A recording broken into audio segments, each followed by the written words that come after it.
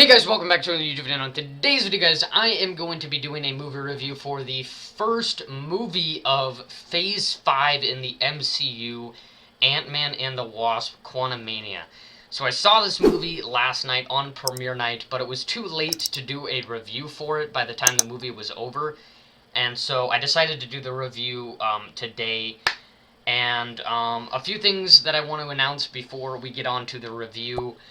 Last movie that I have on my list for February is Cocaine Bear, and I'm not sure what time I'm going to see it next week, but I definitely will have a review out for that before the ending of February, so stay tuned for that.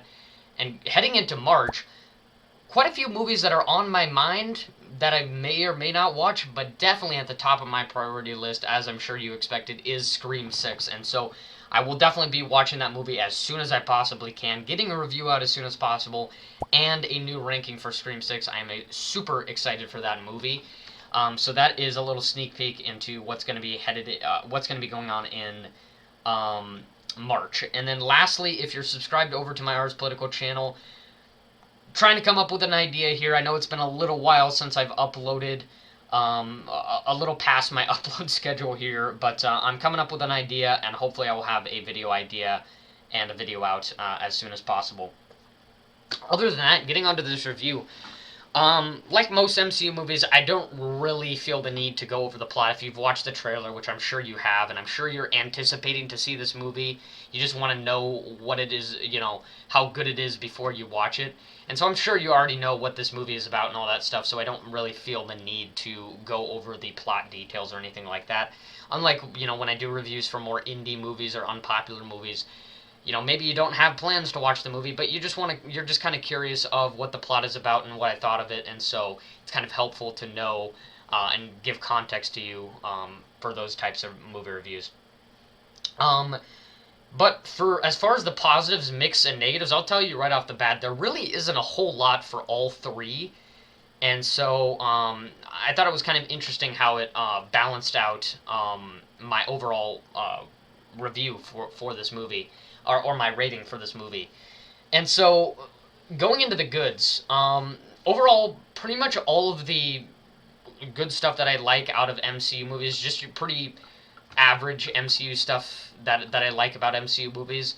There wasn't really anything that stood out to me other than one thing, but before I get on to that, yeah, there just wasn't really anything else other than this one thing in particular that's unique to this movie. And so this is pretty much going to be the only good thing that I have to say about this movie in particular, because, I don't know, there's nothing really else that I can point out that really stood out in this movie. But the one thing that stood out about this movie really, really carried it heavily for me, and that was the introduction to Kang. I finally feel like, one whole phase later, that there is an active threat in the MCU, and that there is a legitimate issue that needs to be fixed in the MCU now. And just Kang, an incredible villain. I can already tell he's going to be an incredible villain for years to come in Phase 5 and Phase 6. Because I think that the Kang Dynasty, the Avengers movie, is in later stages of Phase 6. So he's going to be a major threat for years to come, and I am so excited to see how they continue to develop his character. And so, yeah, I'm super excited. I think they did a great job at introducing Kang, and no issues there.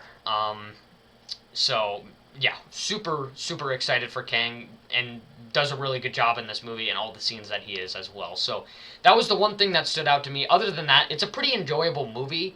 Pretty much all of the things that make an MCU movie enjoyable are in here, so nothing in particular really stood out other than that whole Kang ordeal.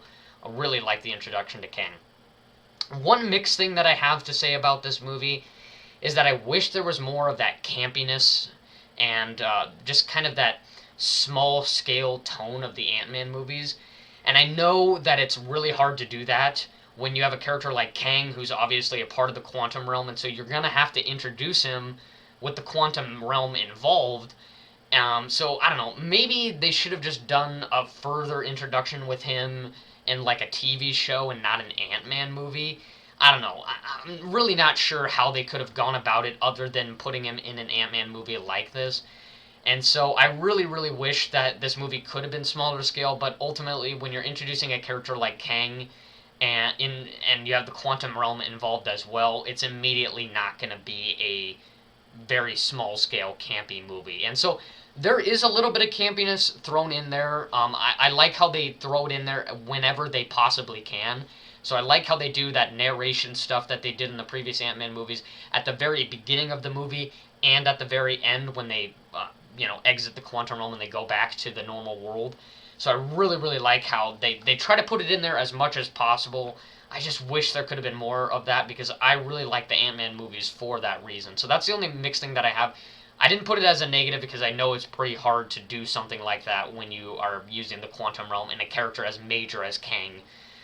And then two negatives that I have. I know there's only, four things that I have to go over in total for this movie. Two negatives that I have.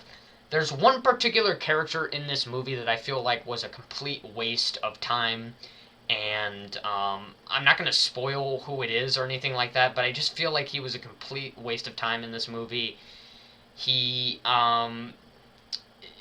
he's a character that was previously in the Ant-Man movies, and he comes back into this movie, and he's supposed to get some type of redemptive arc, but it just, I don't know, it didn't really add anything to the movie for me, so I felt like he was just a wasted character that they put in there because he's in the comics, and so they just had to throw him in there somewhere. But I just felt he was a waste of time, and he was just, the CGI and the effects on him as well were really, really distracting and weird. Like, essentially he's in this, like, in this floating suit. Like, if you've ever watched the old early 2000s movie Shark Boy and Lava Girl, where George Lopez is playing the villain in the movie, and his face is smushed up in the glass and it looks really awkward, that's what's in this movie as well, and it's really, really stupid. So I didn't really like that. And then the second negative thing that I have, and I hate how this is now. Now that this has happened at least a few times that I can recall, at least with Spider-Man No Way Home, I really hope that this is not a trend that they're going to continue doing more and more and more in the MCU, and that is cheating into the conflict or cheating the setup for an MCU movie to start a major conflict. And so what I mean by that is, if you ever seen my review for No Way Home back when that movie came out, one of the things that I did not like about that was how they cheated the setup, where Tom Holland is messing up Doctor Strange's spell by telling him, oh, but I want this person to forget, but I want this person to remember that I'm still here. They do a similar thing like that at the beginning of this movie, and it's not even really a spoiler if I even go over it, because it's in the trailer. If you've watched the trailer, it's where the younger daughter who is introduced in this movie and somehow is really good at tech now and somehow knows how to do all this stuff really good because she's like, oh, well, I learned all this stuff while you guys were gone in the blip and all that. I think it's just a BS excuse, so I guess that's one additional negative. But on top of that, I feel like she's solely there so that she can create the major conflict in the movie. And literally what happens is she's, showing this new device that she's created. She's showing it off to her dad, Ant-Man, in this movie. And the older lady is in here while she's telling him this. And at one point she says, and it sends signals down to the quantum realm. And the old lady's like, you're sending signals down to the quantum realm? Shut it down now! And so they try to shut it off. All this chaos ensues. Things start getting sucked into the quantum realm, and then they get sucked into the quantum realm, and that's how everything's set up. I know. It's super stupid. I really hate that they did that, and I hope it is not a trend that continues happening in MCU movies. I really, really hope that it does not continue on. But yeah, I think that's really it for the movie. I guess one additional positive is I liked some of the wackiness of the quantum realm. We explored it a little bit in the previous MCU movies that had it in it, like the second Ant-Man and the Wasp movie, but we didn't get a full movie that took place 90% of the time in the quantum realm. And so I liked how they they really focused on the visuals and making the quantum realm seem really, really wacky and weird, and all these weird characters and things like that. And it made for some pretty funny moments as well. So I guess that was the one other standout thing about this movie. And so overall, I know one more thing. A lot of people said that they had problems with the tonal changes in this movie, where at one moment Kang is talking about murder and death and conquering imperialism and all this kind of stuff, and then they switch to a joke. I just want to go over this really quickly. That didn't. I never really noticed that. I don't know. Maybe I wasn't paying attention super hard. But even in moments where I know that did happen, it didn't really bother me a whole lot. And so I know if you've seen other reviews for this and stuff like that, that was something that didn't really bother me so much. I know that dragged a lot of people down for this movie. And so I just wanted to go over that real quick. That wasn't really a huge issue for me, and didn't really bother me at all in the movie. And so, overall, I'm pretty surprised by some of the ratings of this movie. At least on the critics side, this movie is one of two MCU movies that has a rotten score on Rotten Tomatoes. It has, like, I believe, around the 50% mark on Rotten Tomatoes for the critic score, which really, really surprised me. On the audience, pretty fresh, but on the critics side, kind of wondering what exactly brought it down for him. I think maybe it's just one of those things where some of them were just enough to not be to not think it's a at least decent movie. So automatically it drops the percentage. But yeah, really interesting how it is one of the only two MCU movies that has a rotten score for the critics. Really, really surprised me. But as far as my rating, there wasn't a whole lot that bothered me in this movie. There wasn't a whole lot of negatives, but there also wasn't a whole lot of positives. So it kind of just came out as your average MCU movie. I mean, it really solid start to Phase 5 and got me really excited for Kang. So it's a little bit above average. And so on Rotten Tomatoes, I gave this movie a 4 out of 5 stars. And so I'm going to just go direct to out of 10, 8 out of 10. I'm just going to give it a nice 8 out of 10. I think just because of, for how long we've been waiting to actually feel like there's an ongoing and active threat in the MCU.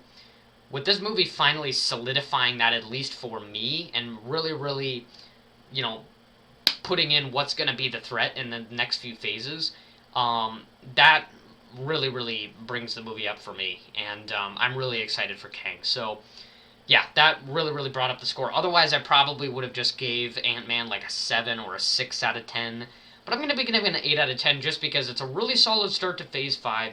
It's finally established a big threat that is coming, that is going to grow in the MCU, and gets me really excited. So, Ant-Man and the Wasp: Quantumania, 8 out of 10 for me. Tell me your thoughts in the comments section if you've already watched the movie. Otherwise, I would encourage you to go out and see the movie. I think you'll get a fun time out of it. And other than that, that's pretty much going to be it for the review. So stay tuned for the future content for this month and next month. And then for those of you subscribed over at Ars Political, I am working on a video, so don't worry. And like and subscribe, guys, and I will see you next time.